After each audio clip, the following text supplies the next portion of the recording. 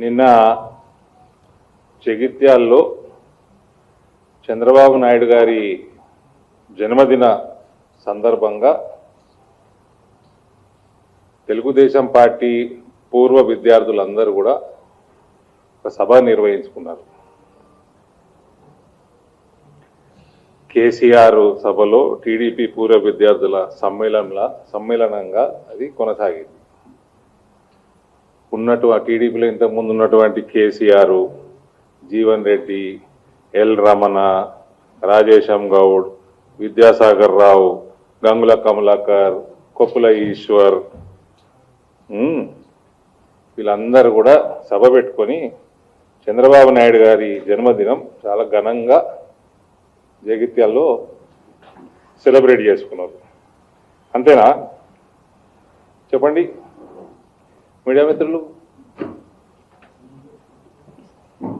ఇక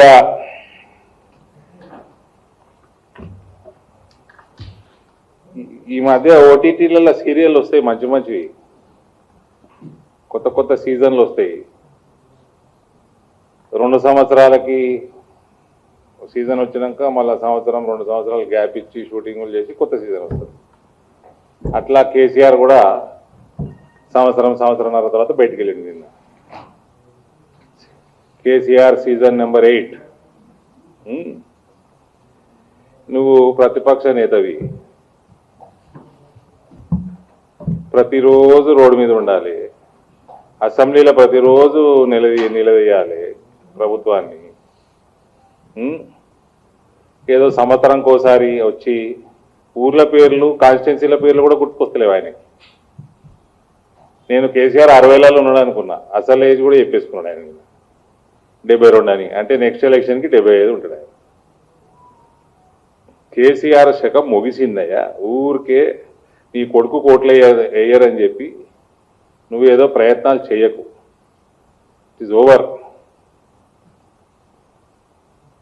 ఈయన చాలా పాయింట్లు మాట్లాడిండండి. ఇగో ఇవన్నీ ఇటు నిండిపోయింది పేజీ. ఈ కేసీఆర్ బయటకు వచ్చి 1 by 1 అన్నీ గుర్తు చేద్దాం. దుబాయ్ వలసలు, నాకు ఎన్ఆర్ఐల మీద ప్రత్యేకమైన శ్రద్ధ ఉంటుంది, నాకు వాళ్ళ మీద సింపతి ఎక్కువ ఉంటుంది. ఈయన దుబాయ్ వలసలు మీద మాట్లాడిండు. ఈయన ఎన్నిసార్లు, లక్షల సార్లు వలసలు ఆపుతా, వలసలు పోయిన వాళ్ళని వాపసు తీసుకొస్తా అనేక పొంకనాలు కొట్టిండు కేసీఆర్. 2 చేసిండు, 2 వలసల్ని వాపసు తెచ్చిండు, వలస పక్షుల్ని. ఒకటి కేటీఆర్, ఒకటి కవిత. ఇక్కడ పునరావాసం ఇచ్చిండు. ఈ 2 తప్ప కేసీఆర్ ఎన్ఆర్ఐలకి ఎలగబెట్టింది ఏమీ లేదు. తెలంగాణ దోసుకొని ఈ 2 వలస పక్షులకి బాగా మేపిండు. ఇది ఈయన వలసదారులకు చేసిన సేవ. మళ్ళీ వచ్చి పొంకనాలు కొడతా ఉన్నాడు. ఇక ప్రణయ్ భాస్కర్ గారిని గుర్తు చేసుకున్నాడు, దాడి అన్నాడు. దాని గురించి తర్వాత వస్తా.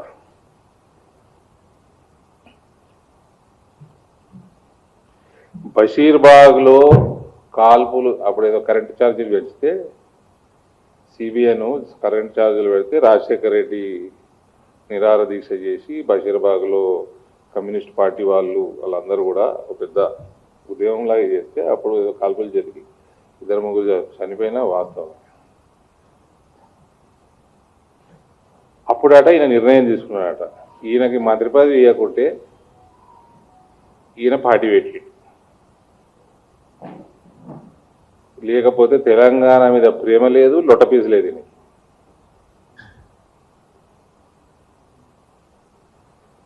ఉస్మానియా స్టూడెంట్స్,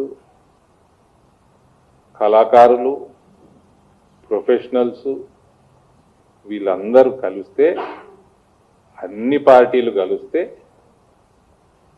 ఒక ఉద్యమం తయారై, okay we give credit to KCR, not that we don't give credit, అడిపిండు అని వీళ్ళందరూ కలిస్తే తెలంగాణ సాధించడం జరిగింది. ఇదేదో ఆడ 3 చనిపోతే వాళ్ళ కోసం ఈయన కంకణం కట్టుకున్నట్టు పొంగనాలు కొడుతుంది ఈయన జగిత్యాల. ఇక లై డిటెక్టర్ టెస్ట్ నాకు పెడితే సెకండ్కి ఒకసారి liar liar liar liar liar అంటారు ఈ కేసీఆర్. చిదంబరం స్టేట్మెంట్ ఇచ్చి అదేంటి వాపస్ తీసుకుంటే అప్పుడు ఆయన చేసిండు కదా, నిరాహార దీక్ష చేసిండు. ఈ కర్మకి నేను రాజకీయాలకు వచ్చిన ఇప్పుడు గదముకోడు నాకు గుర్తుంది.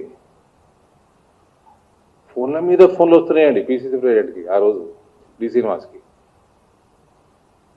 ఆయన ఎత్తుతలేడు. ఆయన సాధారణంగా ఫోన్లో టకటక ఎత్తుతాడు, మాట్లాడుతూనే ఉంటాడు. ఎప్పుడు 24 గంటలు ఫోన్లు మాట్లాడు, ఎత్తుతలేడు.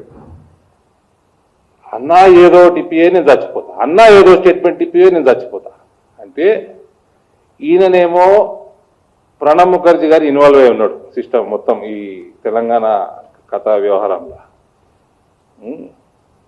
అప్పుడే రాజశేఖర రెడ్డి గారు చనిపోయాడు.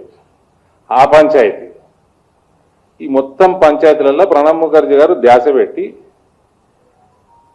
అట్లా అగాధం చేయొద్దు, తెలంగాణ అసెంబ్లీ పిలవండి, రెజల్యూషన్ తెచ్చుకోండి, అది నెగిటివా పాజిటివా తర్వాత సంగతి, అది పార్లమెంట్లో డిస్కస్ చేసి పార్లమెంట్ నిర్ణయం మనం అప్పుడు ప్రకటన చేద్దామని ప్రణబ్ ముఖర్జీ గారు అంటే, ఈ మాట చెప్తే ఇదంతా చచ్చిపోతుంది అన్నా చచ్చిపోతుంది ఏదో చెప్పరు అంటు.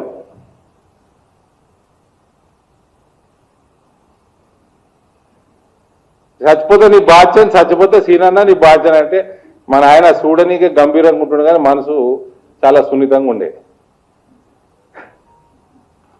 పోయి బక్కోడు పీకగల అని ఏదో వేసి అప్పుడు కొద్ది గుర్తుంది నాకు, కానీ ఇది మాత్రం స్పష్టంగా చెప్తున్నా.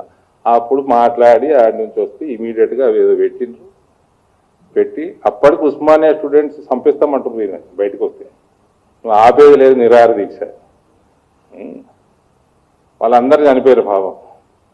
శ్రీకాంతాచారి చనిపోయాడు, ఈశాన్ రెడ్డి చనిపోయాడు, వీళ్ళందరూ చనిపోయారు. నీకు నీ పానమే పానమా అని ఉస్మానియా వాళ్ళు భజంత్రి చేయడానికి బయట సిద్ధంగా ఉన్నారు. సీనని నమ్ముకున్నాడు. ఆయన చేసే ఏదో తిప్పలు చేస్తే చిదంబరం స్టేట్మెంట్ ఇచ్చాడు. సరే, ఆ కాంగ్రెస్ వాళ్ళు చేసిన నిర్వాహకం వాళ్ళు చేసేది చక్కగా చేస్తా అవ్వలేదు వాళ్ళు ఆనాడు. ఇచ్చిన స్టేట్మెంట్ గమ్మున ముందుకెళ్ళిపోతే అయిపో. ఇది అసలు కథ. పులి నోట్ల ముఖం పెట్టిన ఇవన్నీ లొటపీస్ మాటలే, ఇవన్నీ ఏమీ లేదు.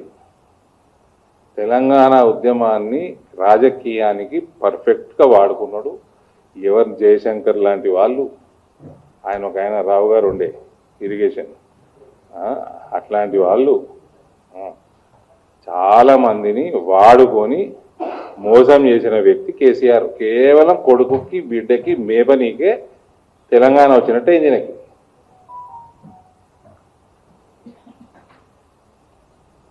ఇక